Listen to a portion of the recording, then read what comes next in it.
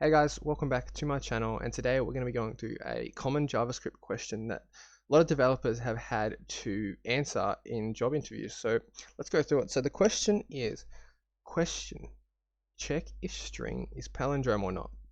So if you guys get this question, firstly you got to understand what palindrome means. So it kind of sounds a bit scary, but it's not too bad. So basically you're checking if the string is exactly the same when it's flipped.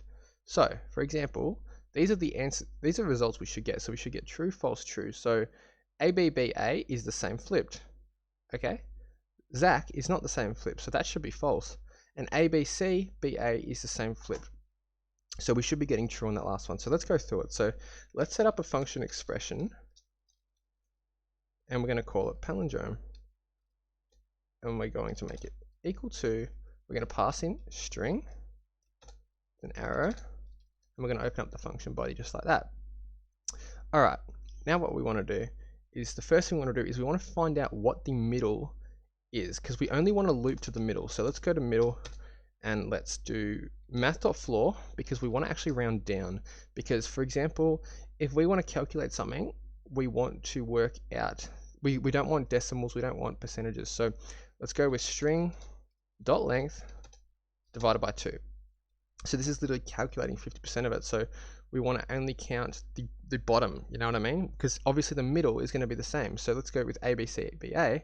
So if we round to the B, we're checking the first two, because obviously the middle is going to be the same, right?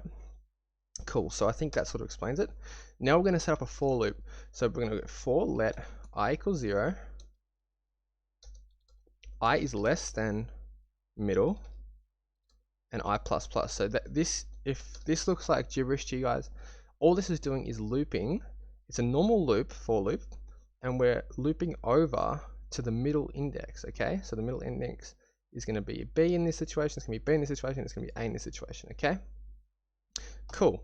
So inside this for loop, we want to create another variable that's called opposite index, or opposite, we'll call it opposite. So const opposite is going to be string.length minus 1 minus I, just like that, okay? So we're still getting undefined here, don't worry.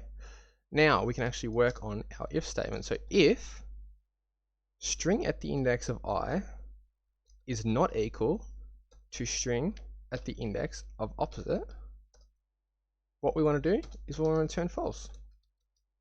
Else, we want to return true. And let's see what this gives us. So this gives us the answer. True, false, true.